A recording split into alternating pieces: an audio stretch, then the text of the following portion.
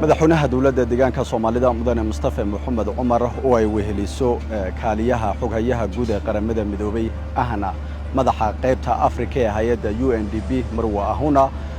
iyo mas'uuliyiin kale ayaa waxa ay soo booqdeen ceelasha laga wado waaji oo badankood ay dhamaadeen soo booqanay mashruuca qodaalka ceelasha ee waaji oo mashruuc lagu xoojinayo biyo-gelinta magaalada Jigjiga oo hore loo bilaabay waxaanu ku korgaleynay geedi socodka shaqada oo waxaanu soo booqday wafdi ka socday hay'adda UNDP gaar ahaan madaxa qaybta Afrika hay'adda UNDP iyo sidoo kale madaxweynaha dawladda deegaanka Soomaalida Mustafa Maxamed Cumar si loogu korgalo halka ay marayaan mashruuca geedi socodka mashruuca iyo halkii qorshe loogu talay inuu ku socdo in kale kormeer ku saabsan xaaladda mid loogu korgalay buu ahaa runtii qorshe wuxuu ahaa 7 ceel la qodo 4 ceel oo kamid ah wala dhameystiray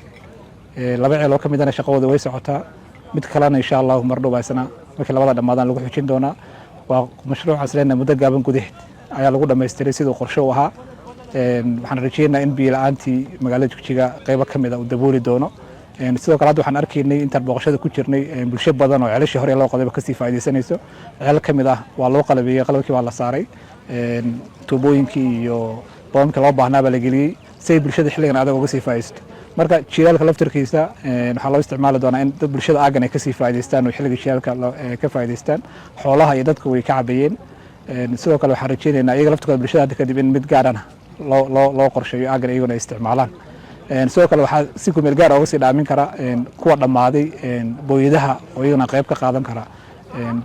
daboolista baahida biyaha xilligan waxyaabo aad loo isticmaalo waxa kamid ah in biyo dhaamin la sameeyo oo anaguna magaalada Jigjiga meelo badan oo kamid ah biyaha ayaa loo dhaamiyaa booyada lagu dhaamiyaa kuwaas ay isticmaali kara marka mashruucani runtii aad bay ugu farxeen deeq bixiyaasha soo booqday iyo hay'adda waftiga ka socday halka uu marayay iyo meesha uu marayo waana mid tusaale u noqonaya mashaariicda kale la bilaabay heer dal oo runtii xawaaraha lagu dhaqaaqay isbiirka lagu dhaqaaqay iyo mid aad u degdeg badan waxaan rajaynaynaa muddada bisha ay dhiman in lagu soo dhameyn doono inta dhiman maasan